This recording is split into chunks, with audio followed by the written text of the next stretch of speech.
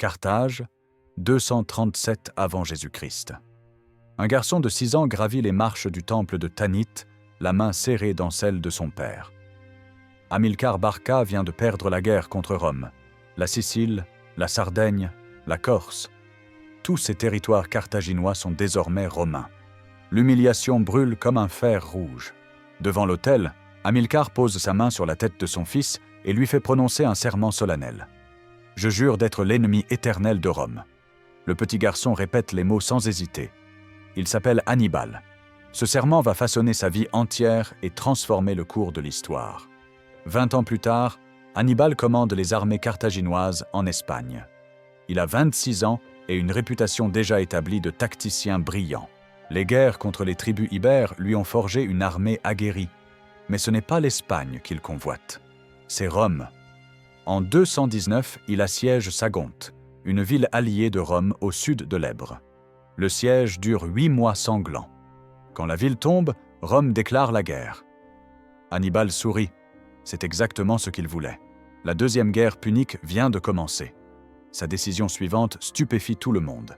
Au lieu d'attendre que les légions débarquent en Espagne, il décide d'envahir l'Italie, par voie terrestre, en traversant les Alpes, avec des éléphants. Les généraux romains éclatent de rire quand ils apprennent le plan. C'est du suicide. Personne n'a jamais traversé les Alpes avec une armée. Les cols sont impraticables, les tribus alpines sont hostiles. L'hiver approche. Hannibal le sait parfaitement, mais il sait aussi que Rome contrôle la Méditerranée. Impossible d'y déployer une flotte. La seule route vers l'Italie passe par les montagnes.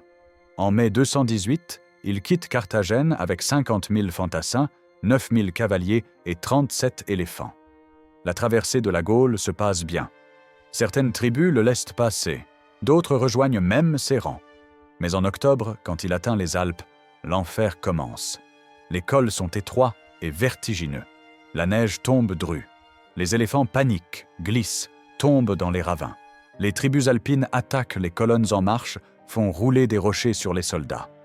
Hannibal lui-même perd un œil lors d'une escarmouche. 15 jours plus tard, quand il débouche enfin dans la plaine du Pô, il a perdu la moitié de son armée. Sur 50 000 hommes, 20 000 ont survécu. Des 37 éléphants, il n'en reste qu'une poignée. Mais il est en Italie. Et Rome tremble. Les consuls de l'année 218 reçoivent l'ordre d'arrêter Hannibal immédiatement. Publius Cornelius Scipion le rencontre en novembre au Tessin. C'est un désastre. La cavalerie numide d'Hannibal écrase les cavaliers romains en quelques heures. Scipion est blessé et ne doit la vie qu'à son fils, un adolescent de 17 ans qui se jette dans la mêlée pour le sauver. Ce jeune homme s'appellera plus tard Scipion l'Africain. Mais pour l'instant, il regarde son père battre en retraite, humilié. En décembre, le second consul Tiberius Sempronius Longus veut prendre sa revanche. À la Trébie, il engage le combat par une matinée glaciale. Hannibal a tendu un piège. Pendant que les légions traversent la rivière gelée, des troupes carthaginoises cachées dans les roseaux surgissent sur leurs flancs. C'est un massacre. 20 000 Romains meurent dans les eaux noires de la Trébie.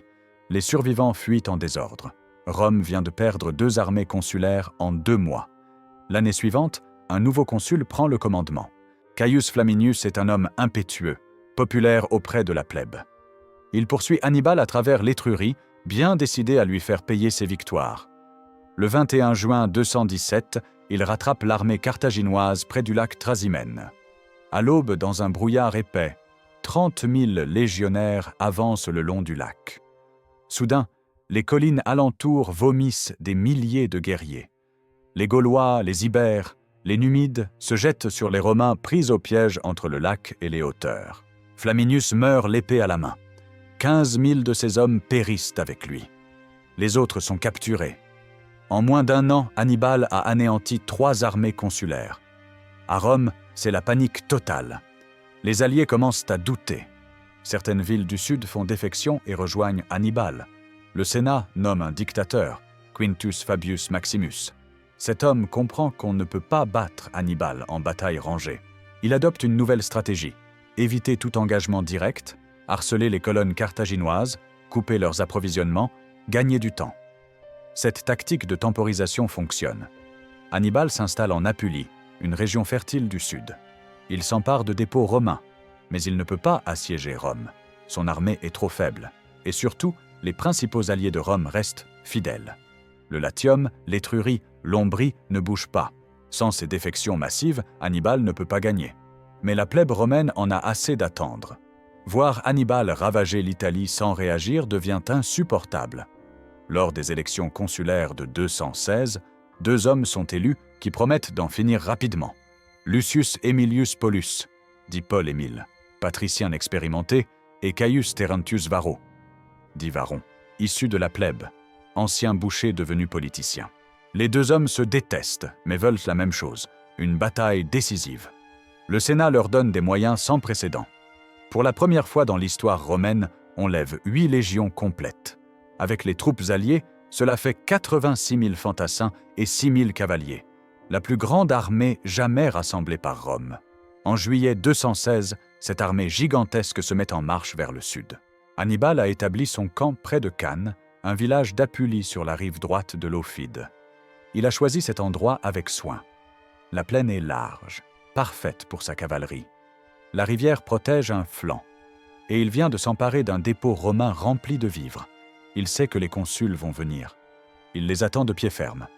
Le 1er août, l'armée romaine arrive. C'est le jour de commandement de Varon.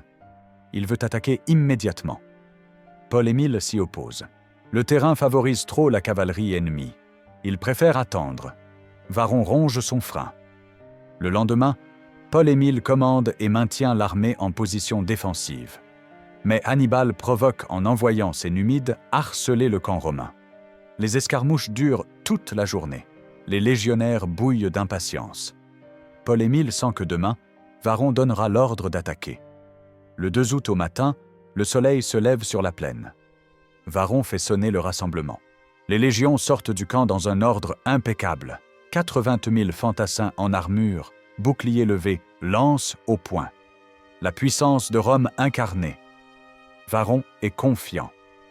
Avec une telle armée, comment perdre? Face à lui, Hannibal n'a que 40 000 fantassins. L'avantage numérique est écrasant. Mais Hannibal ne joue pas le même jeu. Pendant que Varon déploie ses légions en formation classique, le Carthaginois met en place un dispositif révolutionnaire. Au centre de sa ligne, il place ses Gaulois et ses Ibères. Ce sont de bons guerriers, mais indisciplinés. Hannibal sait qu'ils ne tiendront pas longtemps, et c'est ce qu'il veut. Sur les flancs de ce centre, il positionne son infanterie lourde africaine. Ses vétérans, l'élite de son armée. Des hommes qui ont traversé les Alpes, survécu à 3 ans de campagne. Ils portent des armures prises aux légionnaires morts. Aux yeux des Romains, ils ressemblent presque à des leurs. Sur les ailes, la cavalerie. À gauche, près de la rivière, les cavaliers lourds ibères et gaulois commandés par son frère Hasdrubal. À droite, les Numides sous Maharbal. Mais le plus étonnant, c'est la forme de la ligne. Au lieu de l'aligner droite, Hannibal fait avancer le centre en arc bombé vers l'ennemi. Vu du ciel, son dispositif ressemble à un croissant pointé vers les Romains. Ses officiers sont perplexes. Affaiblir volontairement le centre? Hannibal leur explique calmement. Le centre va reculer sous la pression. Les Romains vont s'engouffrer dans la brèche.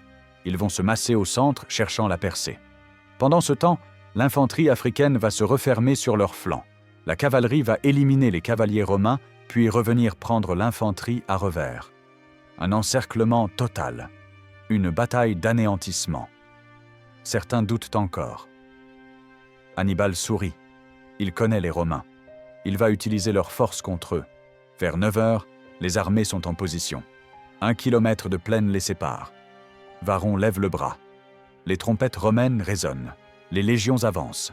Le sol tremble sous 80 000 pas. Les centurions hurlent. La machine de guerre romaine se met en marche, implacable. Hannibal observe depuis le centre, au milieu de ses Gaulois, l'endroit le plus dangereux. Mais il veut que ses hommes le voient combattre. Les lignes se rapprochent. 50 mètres. Les légionnaires ajustent leurs javelots. 20 mètres. Les Gaulois hurlent, frappant leurs boucliers. 10 mètres. Le choc est d'une violence inouïe. Les javelots romains volent, s'enfoncent dans les chairs. Les Gaulois frappent de taille avec leurs longues épées. Le centre s'embrase dans une mêlée sanglante. Sur le flanc droit romain, près de la rivière, Paul-Émile commande la cavalerie. Face à lui, Hasdrubal charge avec ses 1500 cavaliers lourds. Les Ibères et les Gaulois frappent comme un marteau. Les Romains, coincés entre l'armée et la rivière, manquent d'espace pour manœuvrer. Hasdrubal ordonne à ses hommes de descendre de cheval et de combattre à pied. Inhabituel, mais terriblement efficace. Il se jette sur les Romains, les tire de leur monture, les massacre. Paul-Émile combat au milieu de ses hommes. Il reçoit plusieurs blessures. Ses cavaliers tentent de le protéger, mais c'est inutile. En 30 minutes, toute la cavalerie romaine de droite est anéantie. Paul-Émile meurt l'épée à la main. Hasdrubal a gagné la première manche. Sur l'autre aile, les Numides de Maharbal font face aux cavaliers italiens. Mais ils ne cherchent pas le choc frontal. Ils harcèlent, tournent, feignent la fuite, puis reviennent. Les Italiens essaient de les poursuivre, mais c'est impossible. Les Numides sont insaisissables. Au centre, la bataille fait rage. Les légionnaires avancent, mètre par mètre. Le centre carthaginois recule. Le croissant bombé vers l'avant devient un croissant bombé vers l'arrière. Hannibal est au cœur de la mêlée. Il encourage ses hommes, combat lui-même. Il dose le recul. Trop vite, le piège échoue. Trop lent, les Romains perceraient. C'est un équilibre mortel. Varron observe depuis l'arrière. Il voit le centre ennemi reculer. Il croit à la victoire. Il ordonne aux princes et aux triarii d'avancer. Les légions s'enfoncent plus profondément. La masse de 83 000 hommes se compacte au centre. Les soldats se serrent. L'espace entre les manipules disparaît. Ils n'ont presque plus de place pour manier leurs armes. Mais ils continuent, poussés par ceux de derrière, attirés par la percée finale. Ils ne voient pas le piège. Sur les flancs, l'infanterie africaine n'a pas bougé. Ces vétérans ont regardé le centre reculer sans intervenir. Ils ont attendu que les Romains s'enfoncent suffisamment. Maintenant, Hannibal donne l'ordre. Les deux ailes africaines pivotent vers l'intérieur. Elles se jettent sur les flancs des légions. Les Romains, concentrés sur le centre, ne s'y attendent pas. Soudain, ils sont attaqués par les côtés. Les Africains, frais et disciplinés, frappent avec une efficacité meurtrière. Les manipules sur les bords se désorganisent. Les centurions hurlent le désordre. Mais les Romains sont trop serrés. Ils se gênent. C'est à ce moment qu'Hasdrubal revient. Après avoir massacré la cavalerie de Paul-Émile, il a traversé le champ de bataille au galop. Ses cavaliers arrivent derrière les Numides. Les Italiens, déjà éprouvés, se retrouvent pris en tenaille. Ils paniquent.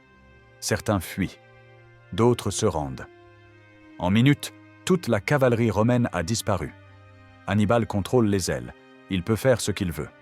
Hasdrubal rassemble tous ses cavaliers. Il les lance sur l'arrière de l'infanterie romaine. Les légionnaires, déjà attaqués de face et sur les flancs, voient surgir des milliers de cavaliers dans leur dos. L'encerclement est total. Les 80 000 fantassins romains sont enfermés dans une nasse. Devant eux, les Gaulois et les Ibères tiennent la ligne. Sur les côtés, l'infanterie africaine presse. Derrière, la cavalerie charge. Les Romains n'ont plus d'espace. Ils sont tellement serrés qu'ils ne peuvent plus lever leurs armes. Les boucliers se bloquent. Les épées restent au fourreau. Beaucoup meurent étouffés, écrasés par leurs camarades. D'autres sont abattus sans pouvoir se défendre. C'est un cauchemar. La bataille dure plusieurs heures, mais ce n'est plus une bataille. C'est un abattage. Les Carthaginois frappent sans relâche. Ils tuent jusqu'à épuisement. Les légionnaires tentent de résister, de se regrouper. Quelques unités créent des îlots de résistance. Des centurions courageux rassemblent leurs hommes. Mais c'est inutile. Pour chaque Romain qui tombe, 10 le remplacent dans la cohue. Les Carthaginois se relaient. Hannibal gère la bataille comme un chef d'orchestre. Il déplace ses unités, concentre ses forces, exploite chaque faiblesse. Vers midi, la chaleur devient insupportable. Le soleil d'août écrase la plaine. Les hommes en armure suffoquent. La poussière forme un nuage épais. Le sol est jonché de cadavres. On marche sur les morts. Le sang rend la terre glissante. Les blessés sont piétinés, achevés. Les cris se mêlent au choc des armes. L'air empeste la sueur, le sang et la peur. Varron comprend qu'il a perdu. Entouré de quelques cavaliers, il perce l'encerclement. Il s'enfuit au galop vers le nord, abandonnant son armée. Il survit. Il pourra raconter le désastre. D'autres ne sont pas aussi chanceux. 80 sénateurs qui servaient comme officiers meurent ce jour-là. Des dizaines de tribuns, d'anciens consuls, de questeurs périssent. L'élite militaire romaine est décapitée. Vers 3 heures, la résistance s'effondre. Les derniers carrés se rendent ou sont exterminés. Certains soldats fuient vers le camp romain. La plupart n'y arrivent jamais. La cavalerie numide les poursuit, les abat. Quelques milliers atteignent le camp. Ils s'y barricadent. Le lendemain, ils se rendront. Quand le soleil se couche, le spectacle est apocalyptique. Le champ de bataille est couvert de cadavres sur des kilomètres. 50 000 Romains sont morts. Sur 86 000 hommes, 15 000 seulement ont échappé. 10 000 sont prisonniers. Les autres sont morts. Hannibal a perdu 5 500 hommes, 4 000 Gaulois, 1 500 Ibères et Africains, 200 cavaliers. Des pertes importantes, mais sans commune mesure. Le soir, Hannibal parcourt le champ de bataille. Il observe les corps enchevêtrés. Parmi les cadavres, on retrouve Paul-Émile, percé de lance. Le consul est mort en combattant. Hannibal ordonne qu'on lui fasse des funérailles dignes. C'est une marque de respect. Mais cette victoire éclatante pose un problème. Que faire maintenant? Maharbal le presse de marcher sur Rome immédiatement. Selon la légende, il aurait dit « Hannibal, tu sais vaincre, mais tu ne sais pas utiliser ta victoire. » Hannibal refuse. Son armée est épuisée. Rome ne se rendra pas. La ville est fortifiée. Un siège prendrait des mois. Et Carthage ne lui envoie aucun renfort. C'est le drame d'Hannibal. Il vient de remporter la plus belle victoire tactique de l'histoire. Il a anéanti la plus grande armée jamais levée par Rome. Mais stratégiquement, il n'a rien gagné. Rome refuse de négocier. Quand il propose de racheter les prisonniers, le Sénat refuse. 500 deniers pour un cavalier, 300 pour un fantassin, 100 pour un esclave. Rome dit non. Ceux qui se sont fait capturer ont failli, qu'ils restent esclaves. Cette réponse stupéfie Hannibal. Quel peuple préfère laisser mourir 10 000 citoyens plutôt que de payer? Quel État continue après avoir perdu 50 000 hommes en une journée? Rome. Rome qui refuse de se soumettre. Dès le lendemain de Cannes, le Sénat se réunit. Au lieu de demander la paix, les sénateurs votent la levée de nouvelles légions. On arme des esclaves, on rappelle les vétérans, on mobilise tous les hommes valides. En semaine, 2 nouvelles armées sont sur pied. Elles n'iront pas affronter Hannibal directement. Rome a retenu la leçon. On revient à la stratégie fabienne. Harceler, user, temporiser. Ne jamais donner à Hannibal l'opportunité d'une bataille rangée. Hannibal va rester en Italie 13 ans encore. Il va occuper le sud, remporter d'autres victoires, rallier quelques villes, mais il ne pourra jamais porter le coup final. Rome est trop résiliente. Ses alliés principaux restent fidèles. Le Latium, l'Étrurie, l'Ombrie ne font pas défection. Sans ces défections massives, Hannibal ne peut pas gagner. Sa stratégie reposait sur l'idée que les alliés italiens se révolteraient après une défaite majeure. Cela ne se produit pas. Rome exerce sur l'Italie une emprise qui dépasse la domination militaire. Même vaincue, elle attire. Pendant ce temps, Rome ouvre d'autres fronts. Elle envoie des armées en Espagne couper Hannibal de ses bases. Publius Cornelius Scipion, le fils du consul mort au Tessin, prend le commandement. Il a 24 ans. C'est un élève brillant qui a étudié Hannibal. En quelques années, il reconquiert l'Espagne carthaginoise. Puis il débarque en Afrique. En 202 avant notre ère, Hannibal est au rappelé pour défendre Carthage.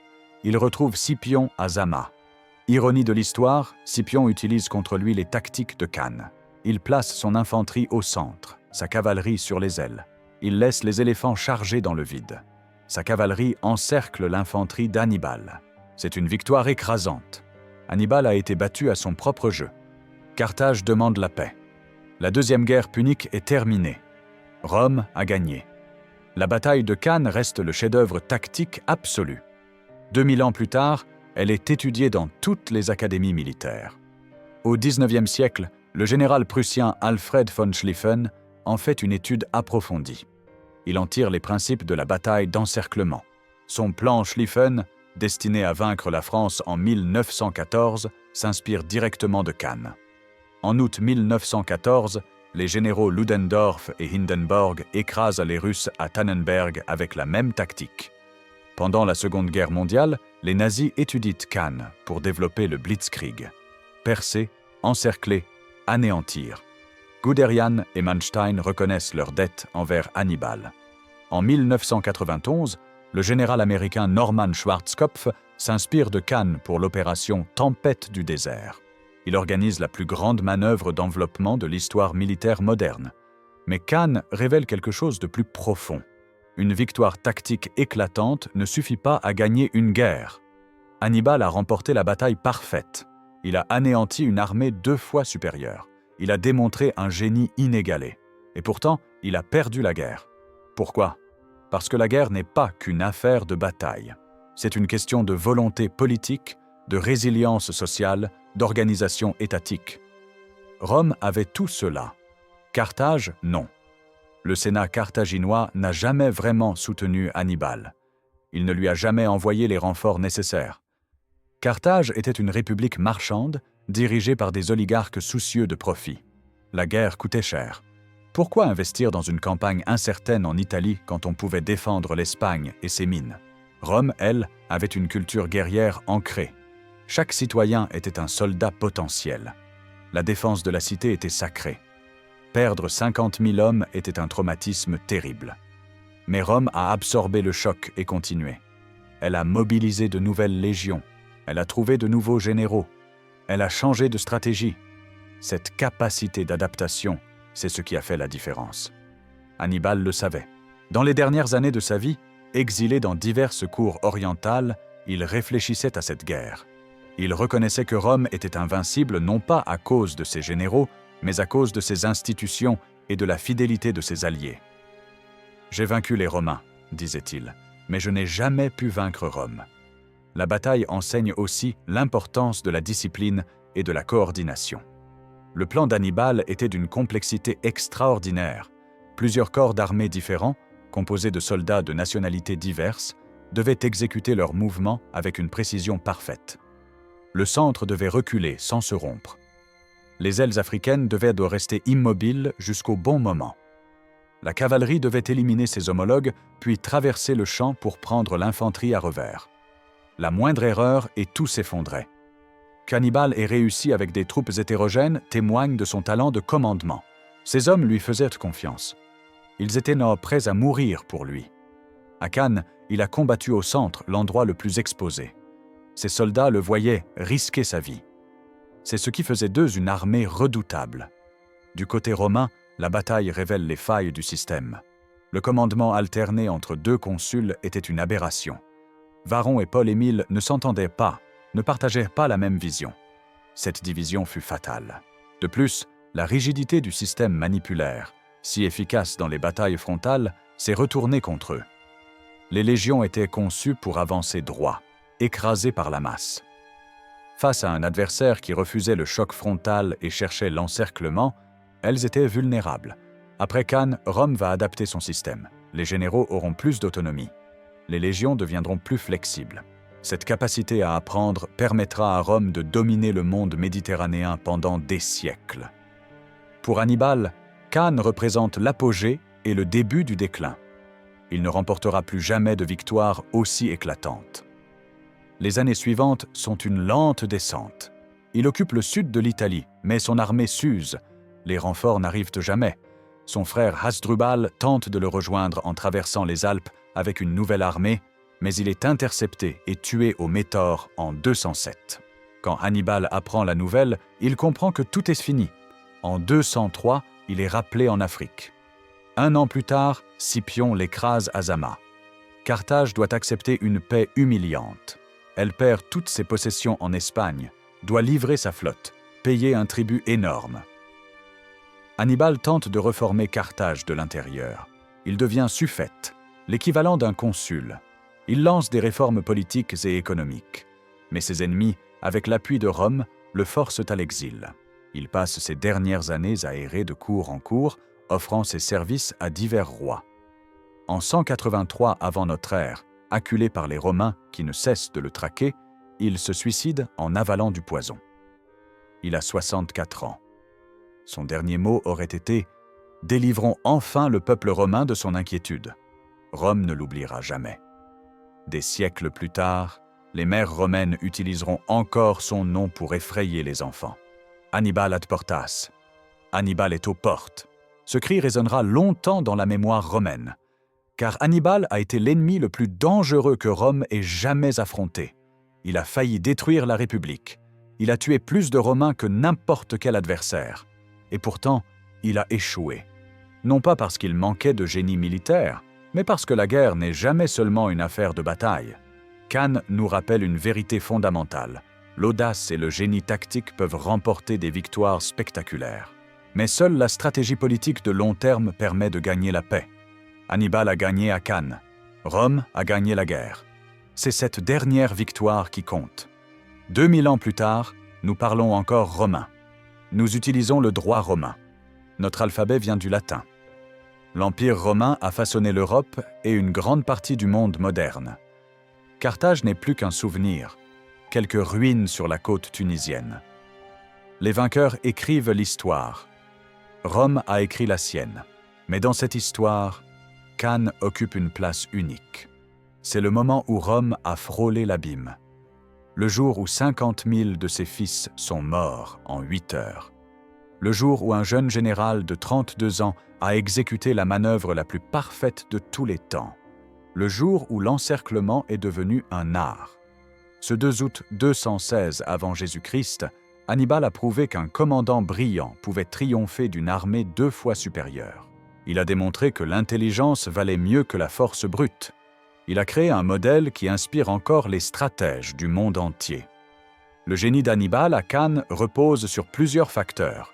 D'abord, sa connaissance parfaite de l'ennemi. Il avait étudié la tactique romaine pendant des années.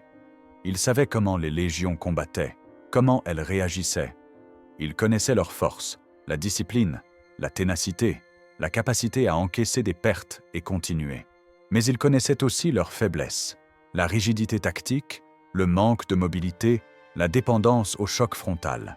Toute sa stratégie à Cannes exploite ces faiblesses. Il laisse les Romains faire ce qu'ils font le mieux, avancer droit devant, mais il transforme cette force en piège mortel. Deuxièmement, son utilisation brillante du terrain. La plaine de Cannes n'a pas été choisie au hasard. Elle offre l'espace nécessaire pour déployer sa cavalerie, son arme principale. La rivière Aufide protège un flanc et limite les options romaines. Le vent du sud-est souffle ce jour-là, envoyant la poussière dans les yeux des légionnaires. Chaque détail compte. Hannibal ne laisse rien au hasard. Troisièmement, sa capacité à commander une armée multinationale. Ses troupes viennent de partout. Carthaginois, Numides, Gaulois, Ibères, Libyens. Chaque contingent a sa propre culture militaire, ses propres tactiques, sa propre langue. Faire fonctionner ensemble tous ces éléments disparates nécessite un talent exceptionnel. Hannibal place chaque unité exactement où elle sera la plus efficace. Les Gaulois et Ibères, impétueux mais peu fiables, au centre où leur recul est prévu. Les Africains, disciplinés et solides, sur les flancs où ils devront tenir bon puis pivoter. Les Numides, cavaliers légers, insaisissables, sur l'aile droite où leur mobilité sera cruciale. Les cavaliers lourds gaulois et ibères, puissants au choc, sur l'aile gauche où ils affronteront les meilleurs cavaliers romains. Chaque pièce du puzzle a sa place. Quatrièmement, son courage personnel. Hannibal combat au centre, l'endroit le plus dangereux. Il aurait pu diriger depuis l'arrière, en sécurité. Mais il choisit d'être au cœur de la bataille, l'épée à la main. Ses hommes le voient se battre, prendre les mêmes risques qu'eux. Ce leadership par l'exemple crée une loyauté extraordinaire. Quand le centre recule sous la pression romaine, les Gaulois et les Ibères tiennent parce qu'Hannibal est avec eux. Ils ne reculent pas par peur, mais selon le plan. Cette discipline dans le recul, plus difficile que l'attaque, n'est possible que grâce à la confiance absolue en leur chef. Cinquièmement, son timing parfait. Toute la bataille repose sur un timing précis. Le centre doit reculer assez lentement pour attirer les Romains profondément, mais assez vite pour éviter d'être percés. Les ailes africaines doivent attendre le moment exact où les Romains sont le plus enfoncés pour pivoter.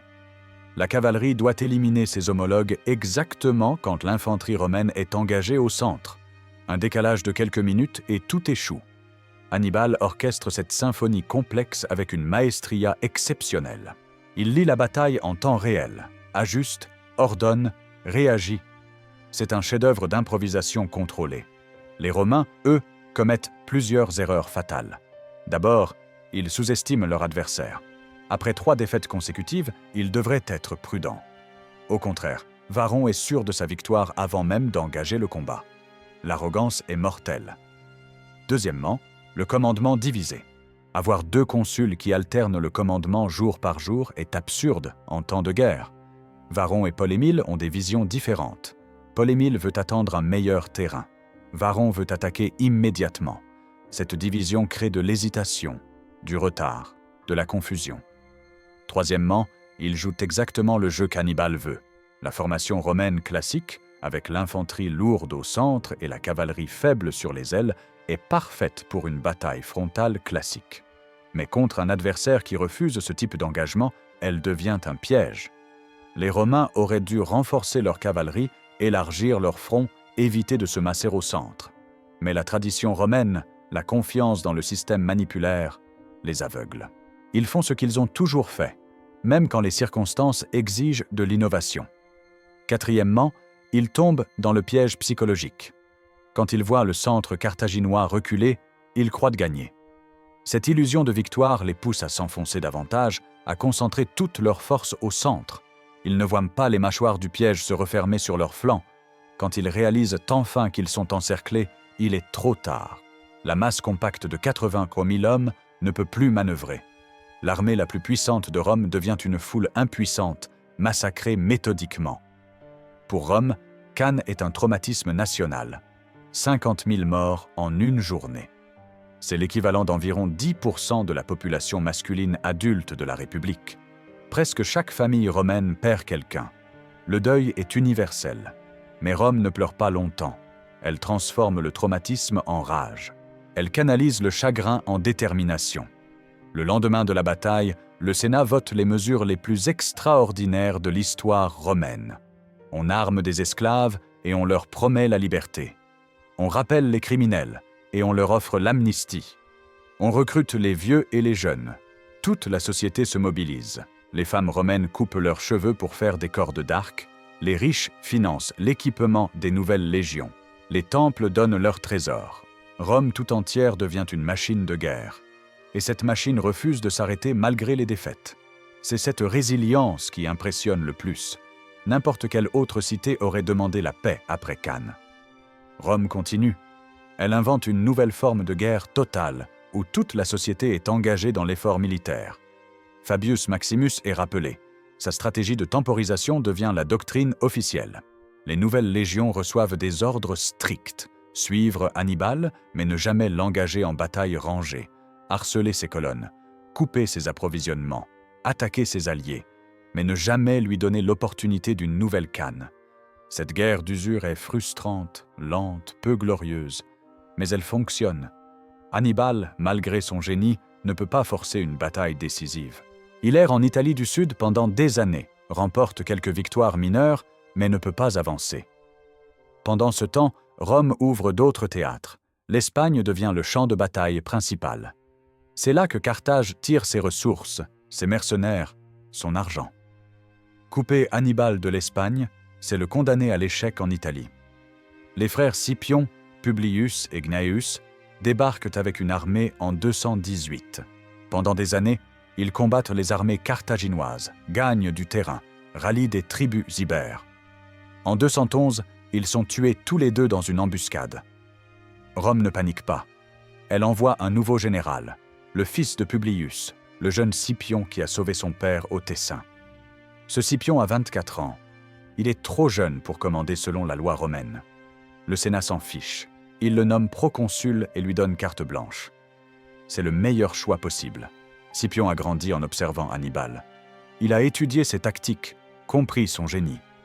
Maintenant, il va utiliser les leçons apprises. En 209, il prend Carthagène, la capitale carthaginoise en Espagne, par une attaque surprise audacieuse. En 208, il bat Hasdrubal à Baecula. En 206, il écrase les armées carthaginoises à Ilipa. utilisant pour la première fois contre elle les tactiques d'encerclement d'Hannibal. L'Espagne est perdue pour Carthage. Scipion ne s'arrête pas. En 204, il obtient l'autorisation d'envahir l'Afrique. C'est une décision révolutionnaire. Plutôt que de continuer à affronter Hannibal en Italie, Rome va attaquer Carthage directement, forcer Hannibal à revenir défendre sa patrie. Scipion débarque près d'Utique avec une armée. Il ravage la campagne carthaginoise, bat les armées locales, menace Carthage elle-même. Le Sénat carthaginois panique. Il rappelle Hannibal d'urgence. En 203, après 15 ans passés en Italie, Hannibal quitte enfin la péninsule. Il n'a pas perdu. Il n'a jamais été vaincu sur le sol italien. Mais il part vaincu stratégiquement. Son rêve de détruire Rome s'est évaporé. Il rentre protéger Carthage. En octobre 202, il fait face à Scipion à Zama, à 100 km au sud-ouest de Carthage. Les deux grands généraux de leur époque s'affrontent enfin. Selon la légende, ils se rencontrent avant la bataille. Hannibal, vieillissant, offre la paix. Scipion refuse. Il veut la victoire totale. La bataille qui suit est l'antithèse de Cannes. Cette fois, c'est Hannibal qui a l'avantage numérique mais la cavalerie inférieure. Scipion a recruté des cavaliers numides, retournant contre Carthage ses propres alliés. Au début de la bataille, les éléphants d'Hannibal chargent, mais les Romains ouvrent des couloirs dans leurs lignes. Les bêtes passent sans faire de dégâts. Puis la cavalerie de Scipion défait la cavalerie carthaginoise et quitte le champ de bataille. L'infanterie s'affronte au centre. Le combat est acharné, équilibré. Puis, comme à Cannes, mais à l'envers, la cavalerie romaine revient. Elle prend l'infanterie carthaginoise à revers. L'encerclement se referme. C'est un massacre. Hannibal s'échappe avec quelques survivants. Carthage demande la paix. Les termes sont durs. Carthage perd toutes ses possessions hors d'Afrique.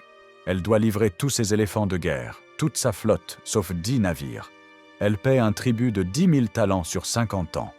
Elle ne peut plus faire la guerre sans autorisation romaine. C'est la fin de Carthage comme grande puissance.